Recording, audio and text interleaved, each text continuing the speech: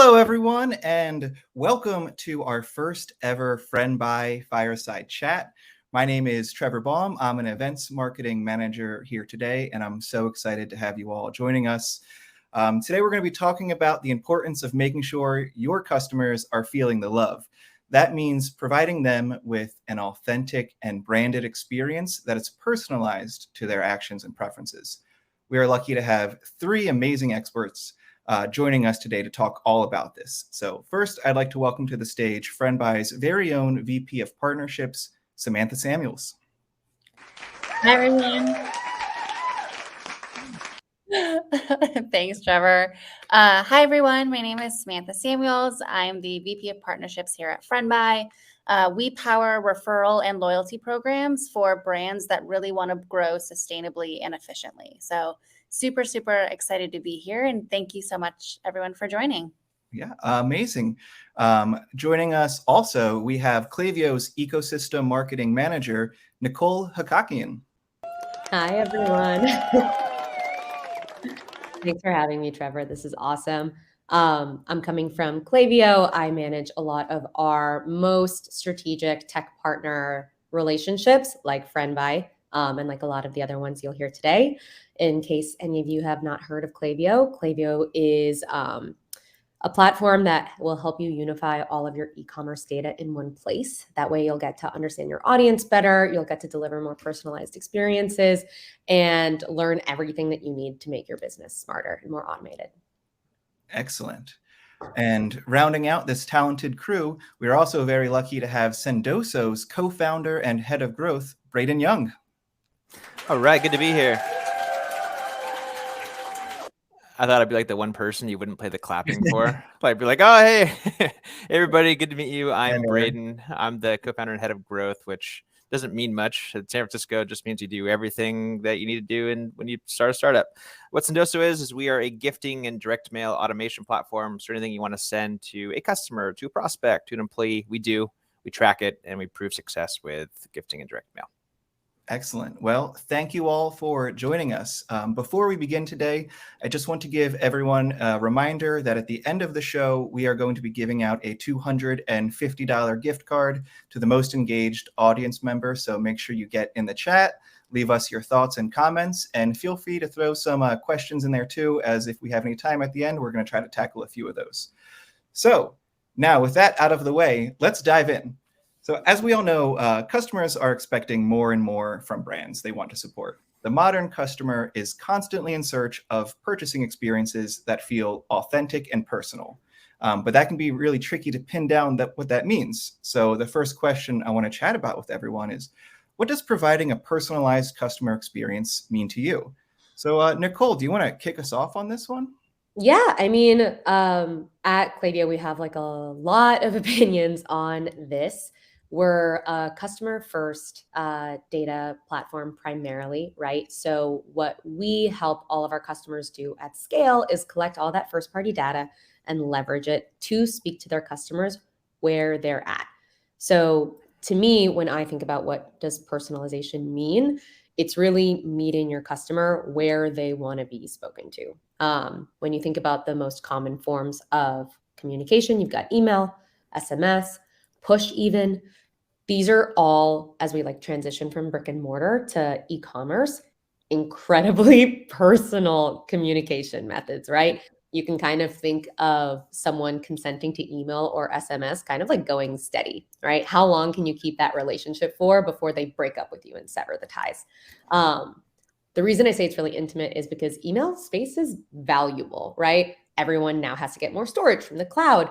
Everyone is getting a ton of different communications. Let's say you're buying athleisure. There's at least 10 to 15 like merchants in my inbox trying to sell me their leggings at one given point in time, right? And there's only so much attention that I have.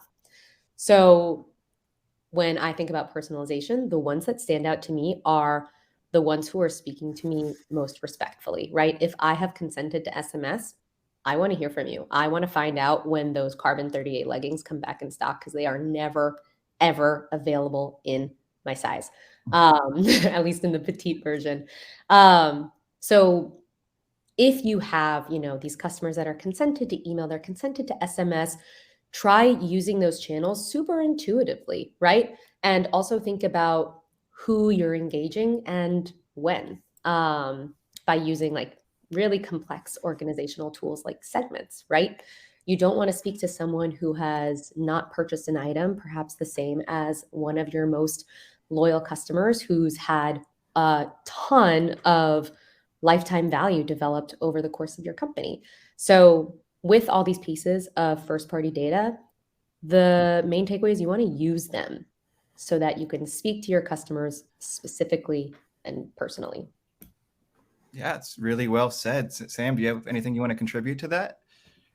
Yeah, definitely. I mean, I agree with everything Nicole shared around, making sure that you're respecting your customers' time and respecting their preferences. And I think it's really about personalizing the experience based on where they are in the customer journey and having the automation and integrations in place to ensure that you can provide that personalized experience. For example, a really great time to let customers know that you have a referral program maybe is after they've provided a positive review or responded positively to an NPS survey, but maybe not after they've just, returned an item. You want to make sure that you're asking for a referral at the right time within that customer journey. Another example is, maybe if you want to launch a loyalty program, the best time to invite someone to your loyalty program is when they've already expressed interest in your products or services. And this could be when they've made a purchase or when they've signed up to receive emails or texts from your brand. Inviting customers to join your loyalty program when they're already familiar with your brand is a really great way to, continue to encourage customer loyalty and that personalization. Yeah, absolutely. Braden, do you want to just get on in here with this one too? In there. So at Sendosa, we're a little more focused on the B2B side at our customers. So we help our customers basically send things out to their customers. So, and a lot of the time where we spend the majority of kind of our process with those guys is helping them send things that build a relationship with those customers. So it's not just the top of funnel. It's not just when they're customers, but I think there's multiple times when you kind of touch that customer where maybe you could incorporate some sort of gifting to help kind of build that relationship. And it might not be a gift every time. It might be just a review that you're asking for. It might be a new promotion that you're putting out there. But the goal is to use gifting to really create and build that long-term relationship so you can sell to them not just once, but many times. Because those customers today are definitely the most important, the ones you've already acquired and the ones you want to continue to sell to. Yeah, absolutely. And I think what you're saying about building relationships is so true, and especially these days. And I kind of want to go off of that because building relationships at the end of the day is about keeping those customers engaged. You need to have engaged customers. So maybe for our next question, let's go with why is personalization important when you think about customer engagement? It's because I'm very special, Trevor, and I want and I want everyone trying to sell to me to know that I'm so special. I think there are so many.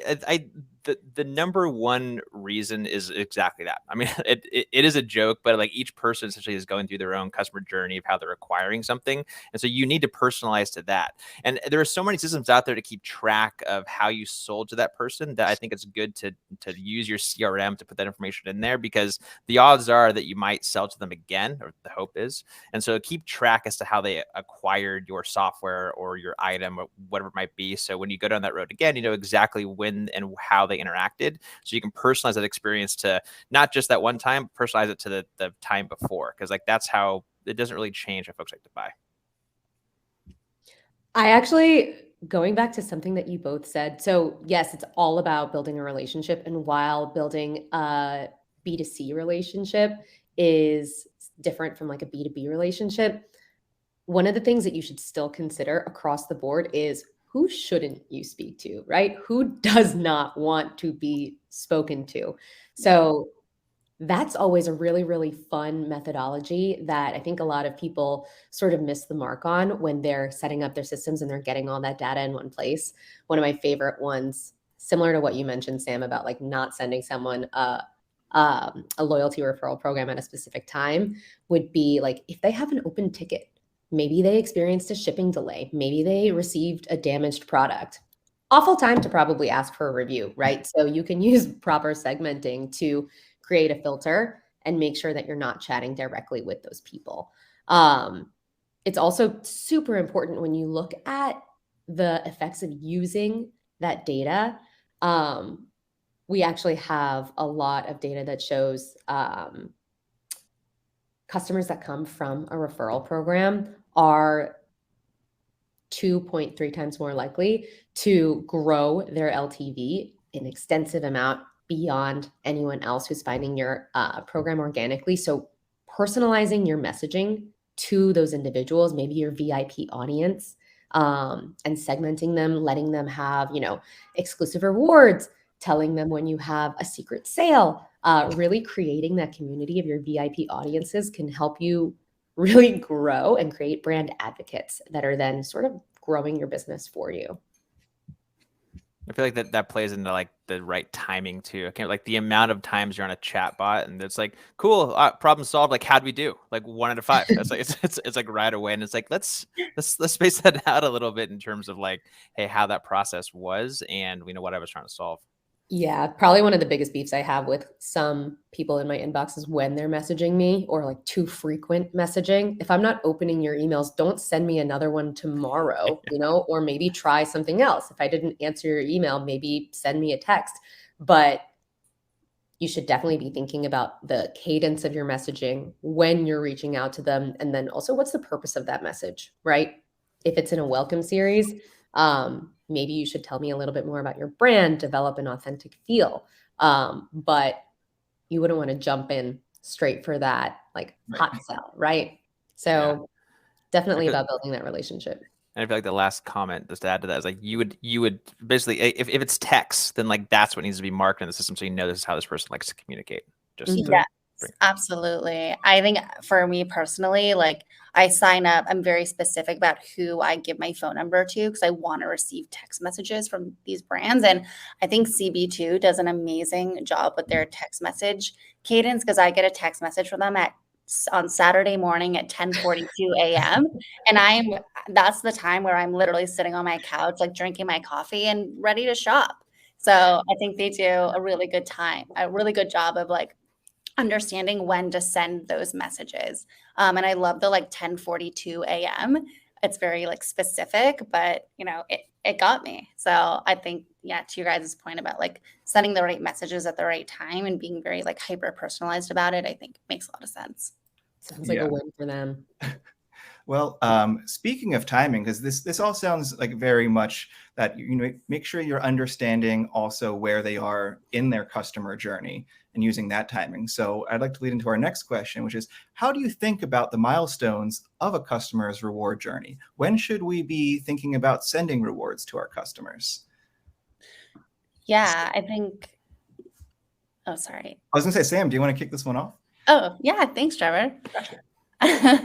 I mean, I would consider the key phases of your customer journey in terms of opportunities to drive retention, purchase frequency, average order value, etc., and ask yourself, what would incentivize your customers to return for another purchase? And I would say you would want to consider rewards beyond transaction. For example, like Nicole was alluding to earlier, like offering rewards like exclusive or early access to new products, maybe a gift with purchase or in-store, retail events. And I also really think it's important, especially if you are rewarding customers and maybe you have a membership or rewards program in place. I think it's super important to keep customers informed of their progress and remind them of the rewards that they'll receive when they reach those milestones. And you'll also want to make sure that your customers are aware that they have rewards available to redeem, such as displaying this information in their account page, but also sending periodic emails and text messages, maybe even creating a sense of urgency, letting them know when the rewards, will expire. I would also say consider sending exclusive loyalty program campaigns to members in between site-wide promotions or new product features, because it really adds value to these members and drives sales during maybe slower selling weeks or seasons. So I would say those would be my recommendations for how to make sure that you're sending rewards at the right time in terms of those customer milestones. I'd double down there. You can also put your platform to work and automate a lot of this messaging with triggers. So let's say that someone has expressed interest in one of your items, or maybe they've entered a specific type of data, right? They've given you their birthday, or they've marked that they're interested in joining your loyalty program. That is a perfect time to insert referral messaging here and either send them a text or an email letting them know how they could grow their points and reach that next reward. Absolutely. Yeah, that's great. And the timing of it is crucial, but also let's talk about the gift itself, because not just any gift will do here. So I think for the next question, what makes a gift giving experience drive conversions? Braden, do you want to dive in? This one comes to me, huh? I think so. One of the biggest ones, and we talked about this in the past, was really timing of the gift that you might be sending. So for to put the B2B lens on it, and a very simple example, like most of us are using Sendoso to basically drive a meeting or to drive somebody to essentially hop on the phone or download content. And one of the big things is like if you're sending a coffee e-gift code or in like 3 o'clock in the afternoon, like that's not going to convert as well if you send it at like 6 o'clock in the morning. So for us, like the timing of those sends is very, very important as to when that person's going to see that email or receive that gift. Like the goal is to make sure it's the right timing for them to convert to a meeting or to a call. I think beyond that is like you really want to customize. Like we talked about this, like having like a customized type send that person might react to. It's very easy information to find as like what they're into. We talked a lot about charity. So like charity might be like that person might on their LinkedIn post like, hey, I'm very into the SPCA, like a send that has to do with that, or like, hey, I'm doing a donation in your name. Like things like that help drive conversion to personalize the experience to who you're sending that gift to. Granted, this is more the B2B lens. I think you can really scale that on the B2C side, but from learnings from my end. Yeah, those are all amazing points. Or Nicole or Sam, do you want to jump on any of those? Yeah, I think to take a bit of a different approach, one of the like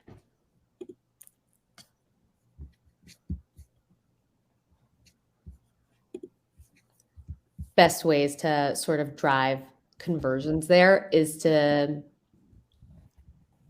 just really making sure you're offering them things that are compelling, right? So a lot of the different ways that you can collect data might either relate to, what's someone's favorite color?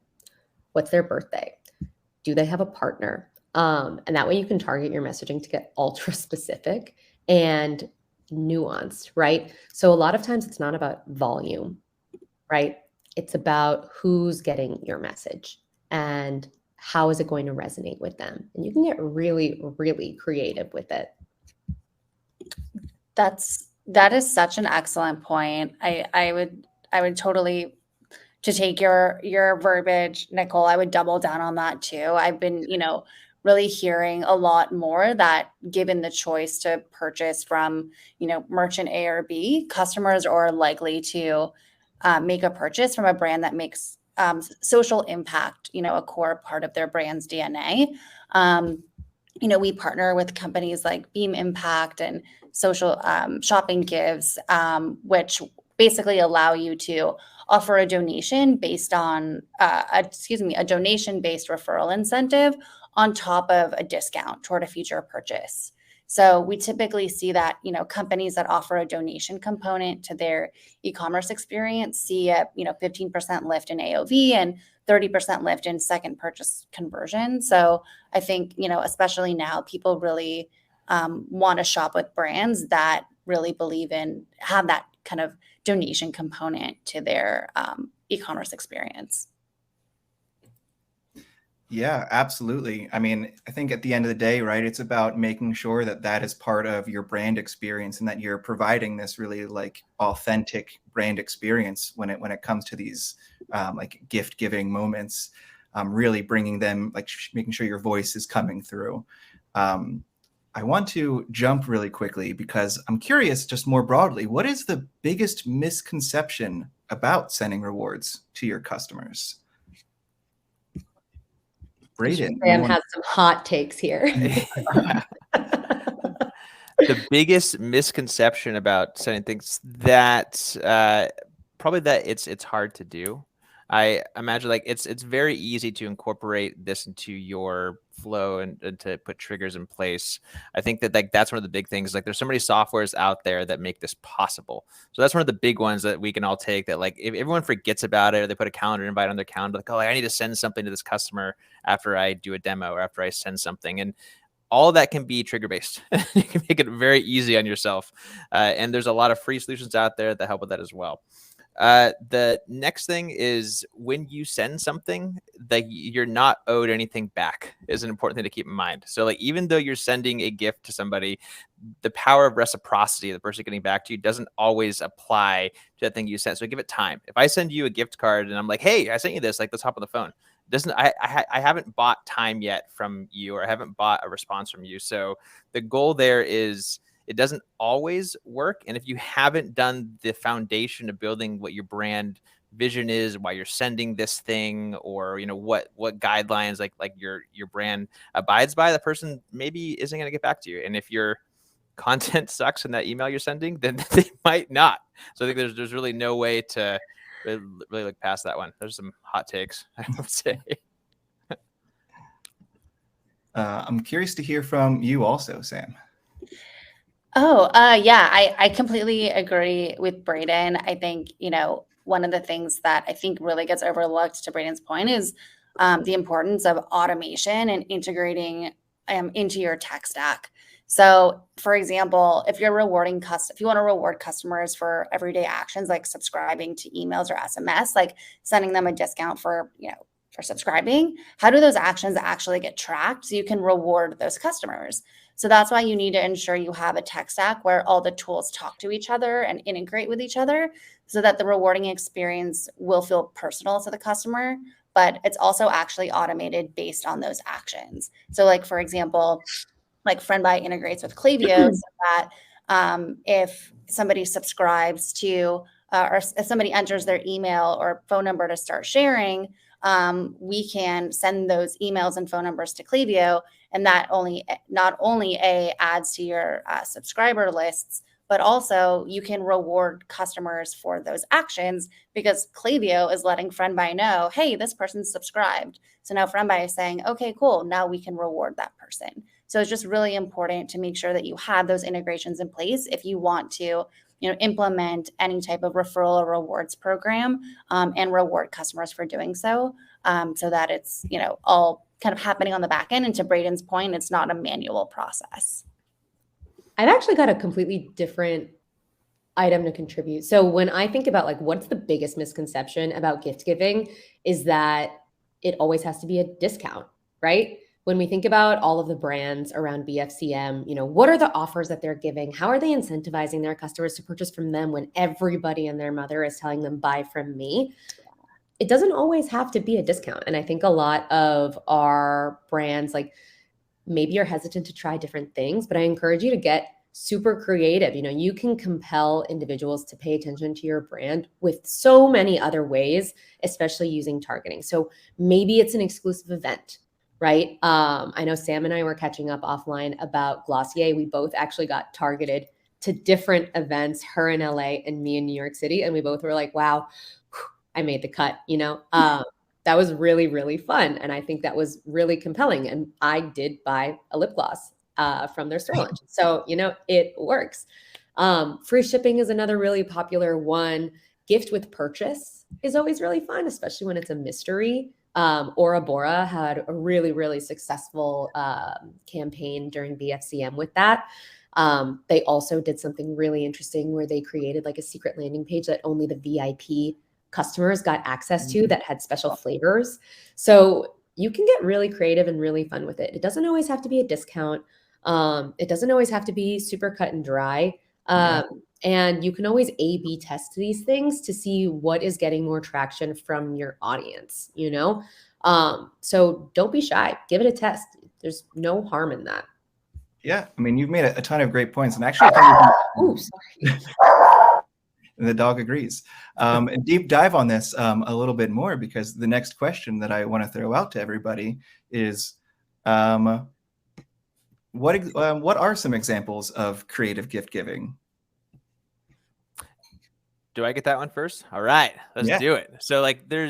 So I'll give a few examples, and I'll allude back to the kind of the conversation I was having earlier around using triggers. So some of the most creative gift giving we see are ones where the entire process is set up based on triggers. Or if someone goes to a page and downloads a piece of content, someone goes to a page and like maybe they have an empty cart, where there'll be an actual gift that is sent to that person to get them back or to get them to download content. Maybe like they don't open it, so maybe like a couple days later you send something else. So ones that you kind of have built out and mapped out the customer journey, and every time you might touch that customer is a gift that you send. And it can be very small. Like from the B2B lens, it's a lot of like gift cards, like lunch or coffee and things like that, or maybe it's a physical type send. So it's very easy physical type sends. So those are the ones who I tend to have the most success. And then the biggest part and most creative thing, and like I would say biggest takeaway for me, is the gift goes along with what the content is on the website. So maybe there's like, it's all kind of meshed together. So you're not sending, $5 to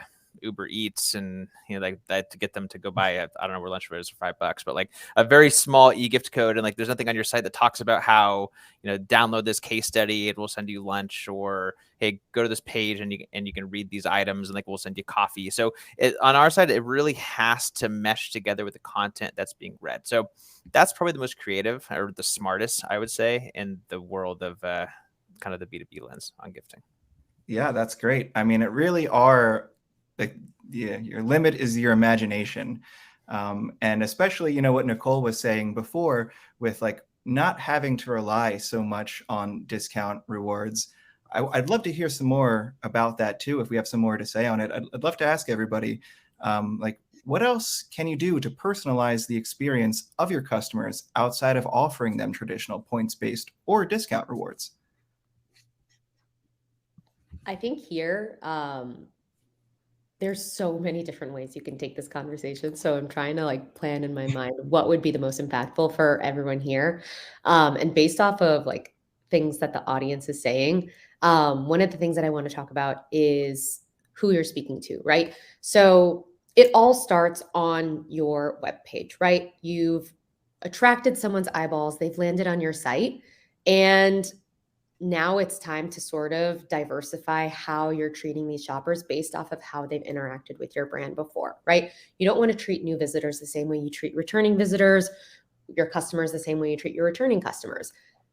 Going back to that same logic, you can modify the rewards that you're pitching to these types of customers, and you can modify how you're asking them to refer your business, right? Maybe you don't want to send a referral request the first time that somebody makes a purchase from your brand, but if you've noticed that they've either registered for a subscription, or they have purchased a really, really high value product, or they've been surfing for, one item multiple times, checking it out in that cart. Sam, I've done this with a couple of chairs at CB2. Maybe that's a good time to reach out to them with a personalized message to help cater to that interest. So things like this that I commonly think about would be like more of those real-time brand examples. So pop-ups and flyouts are really, really great for these. Asking for more information, or either prompting them to take a quiz, right? That's always like a really fun way to gift someone a recommendation, or really share with them a more personalized approach to their gift, right? Maybe they take that quiz, and based off of the results, that can help curate what's the reward that they're going to get. And that makes it so much more compelling, right? I love that. I think that's so important, kind of what you brought up around rewarding customers for taking actions that are also really valuable to your business. And that's what's so great, is like you can launch a program that rewards your customers with rewards that they'll be excited about, but you're also rewarding them for taking actions that are valuable to your business and help, drive revenue.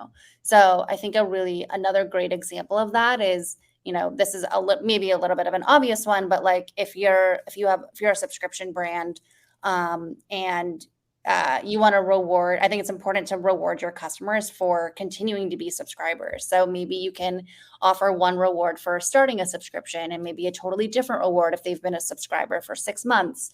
Kind of drawing on what Nicole was saying about like personalizing the reward based on the action. That's another, I think, interesting example that people should definitely consider as they're, thinking about when to reward their customers as part of the kind of overall customer journey. Yeah. Also, like, one of my favorite ones is, obviously everybody knows about Sephora's rewards program. You get a birthday gift on your birthday. I picked mine up because today is my birthday. Happy Kind of. Happy birthday. Thank you. I'm leap year. So depending on what your opinion is, how you identify, I identify with February. So I went and I picked up my Sephora birthday gift. And this kind of goes in a couple of ways, right? Never has anyone like said you need a gift with you need to like acquire a purchase to get that gift, right? But every year Sephora will send me an email letting me know what options are available.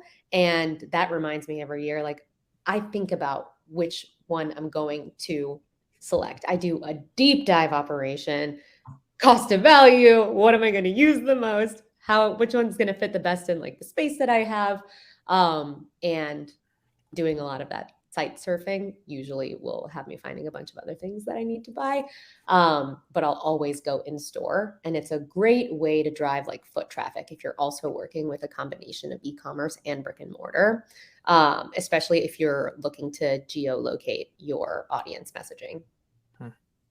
A little different of an angle. We spend a lot of time on community building. So I think these customers, these clients that you have, it's good to put them in the same community. They might be able to bounce off of each other ideas or different things they found.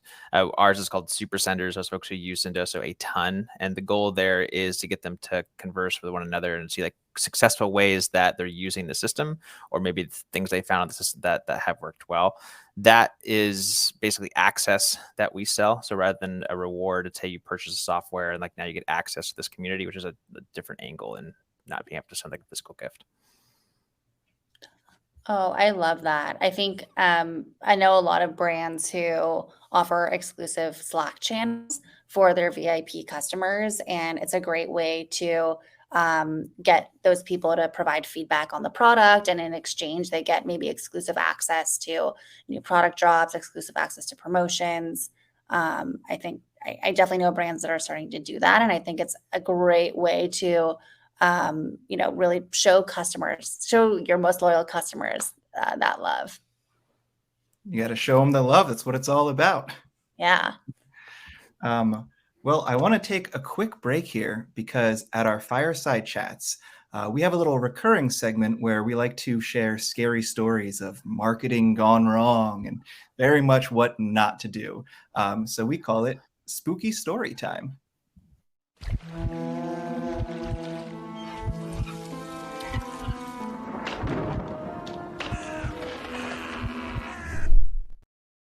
So welcome to Spooky Story Time.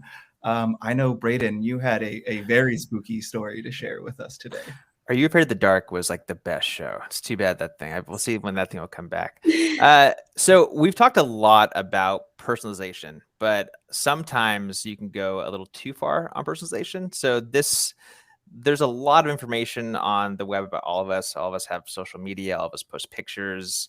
But sometimes when you're trying to get a meeting with somebody, to scour those sorts of things can go a little too far. So we had a customer once, won't mention the name, send a picture that they found online of someone in their family. And they blew the picture up. On the back, they wrote a handwritten note saying, hey, like, thought you would want this for your wall. Like, we always forget to remember all the great times. So I blew this up and I sent it to you.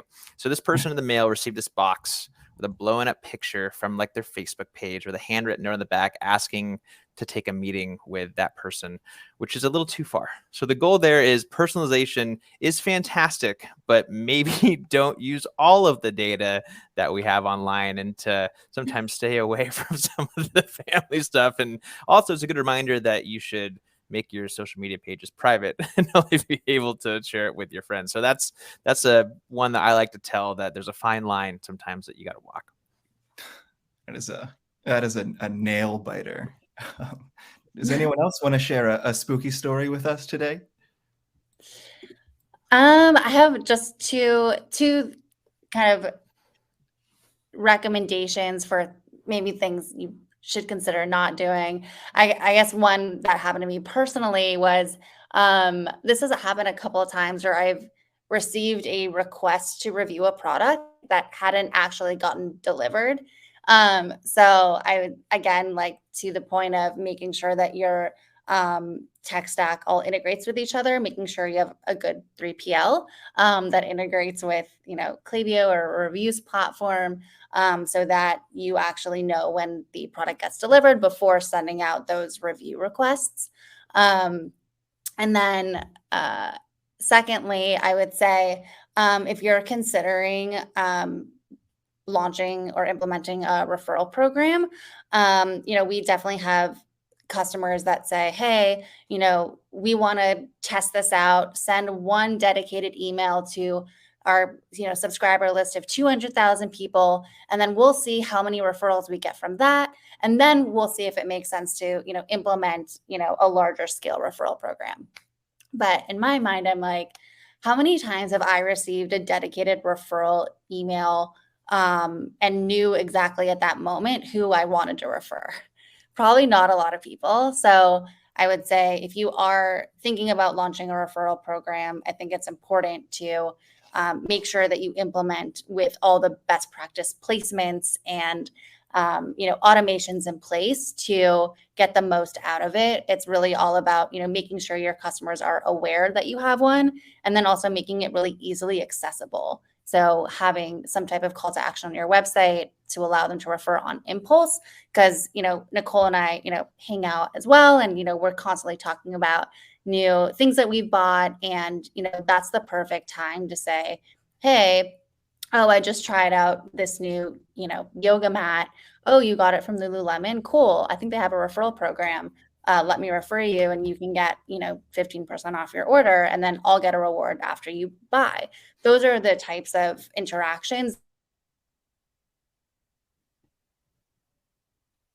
Oh, I think we might have just lost Sam for a second. Let's see if she can. Oh, ruh-roh.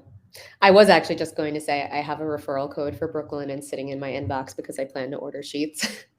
And one of my friends, I was like, why not?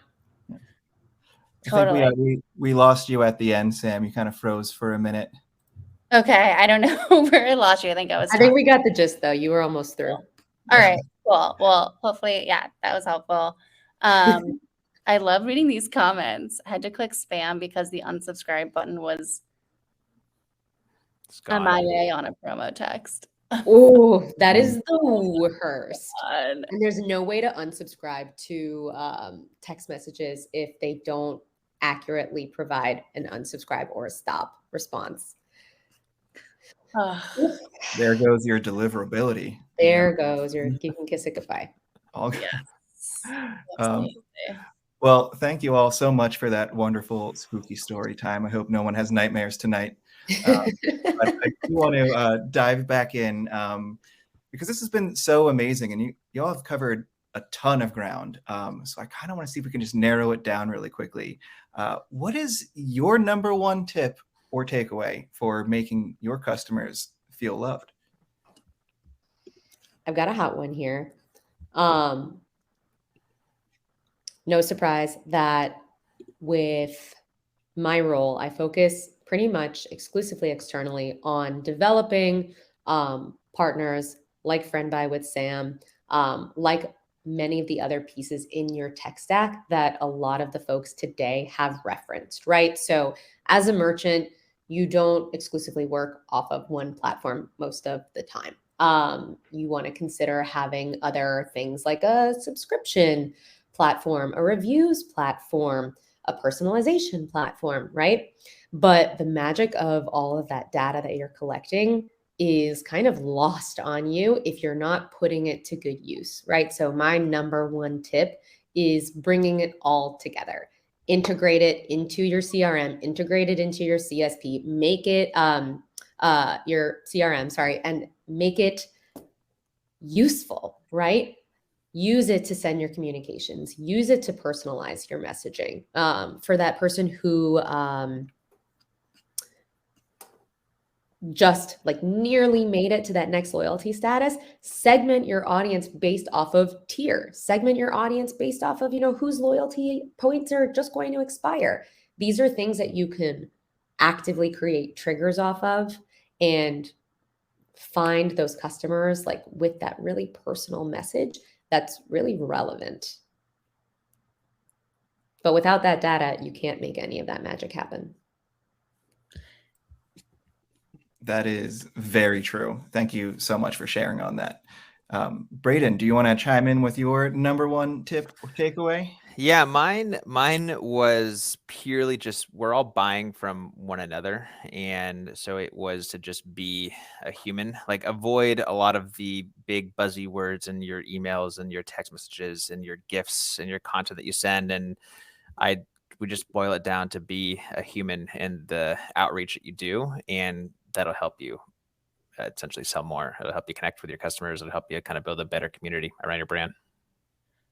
That Such a is good reminder. Yeah, that's so true. And kind of to build off of what Braden shared, I think it's really important to talk to your customers. So figure out what they're interested in, figure out what types of rewards they might be interested in receiving through a loyalty program or a membership program. And then also think about what actions are most valuable to your business.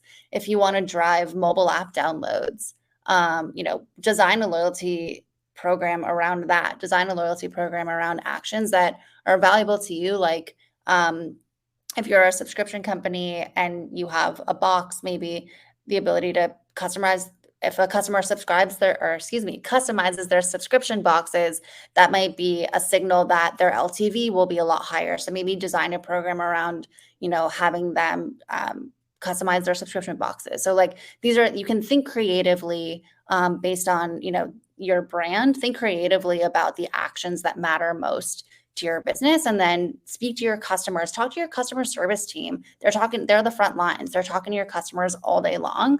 I think it would be really awesome to chat with them and see what their customers would be interested in terms of rewards that would resonate to keep them coming back. That's such a valuable point. Thank you so much. Good news is it looks like we have some time to get to some community questions. So I hope our panelists are feeling on their toes. Throw some at you. So this first one is from Robert Ryan, and it's for Sam and the rest of the panel. Robert wants to know, how do you narrow in on when the best time or method to offer referral opportunities to customers? And they did shout out that they're a FriendBuy user.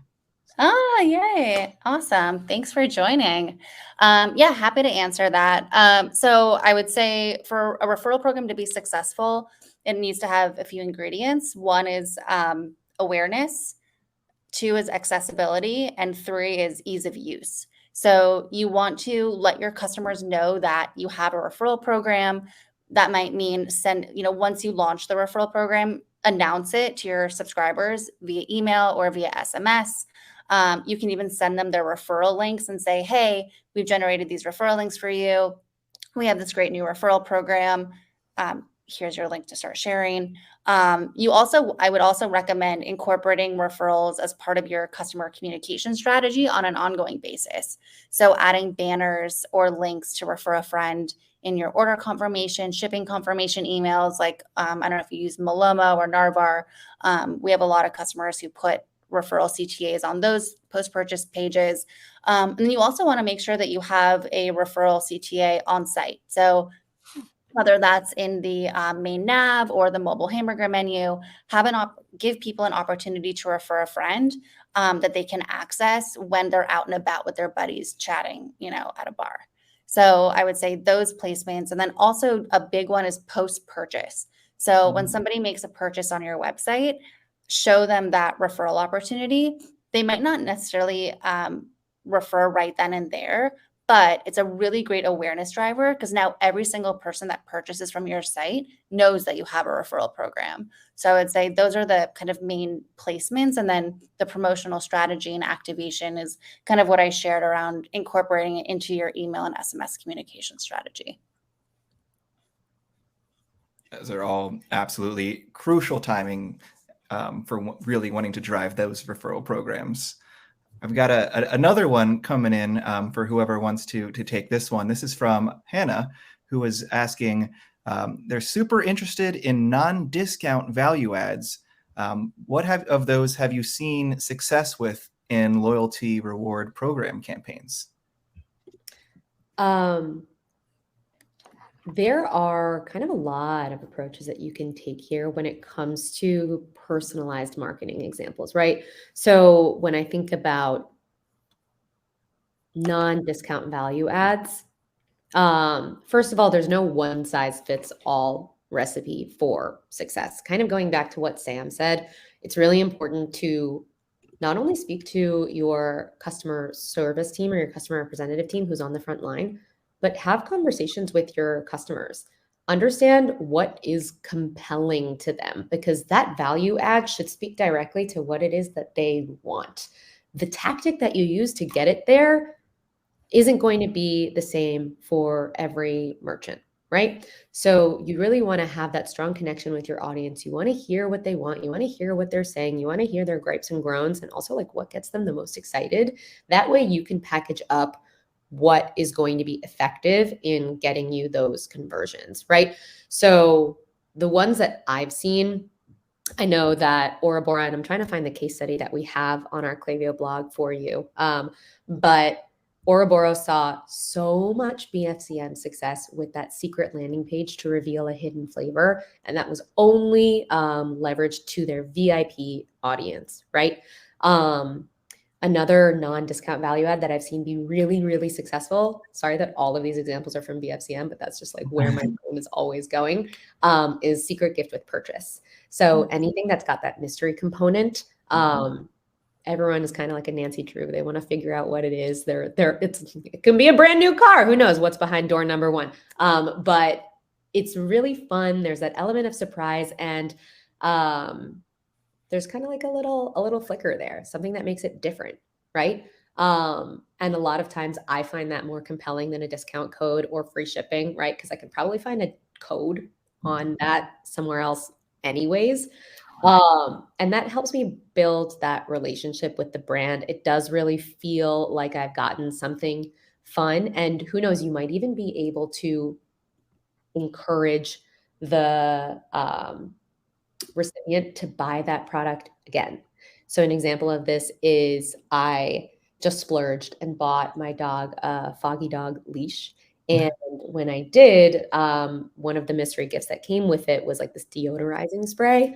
I don't know about you guys, but I definitely don't wash my dog every day. He is there's a lot to handle. So that like, it's almost like a dry shampoo for dogs.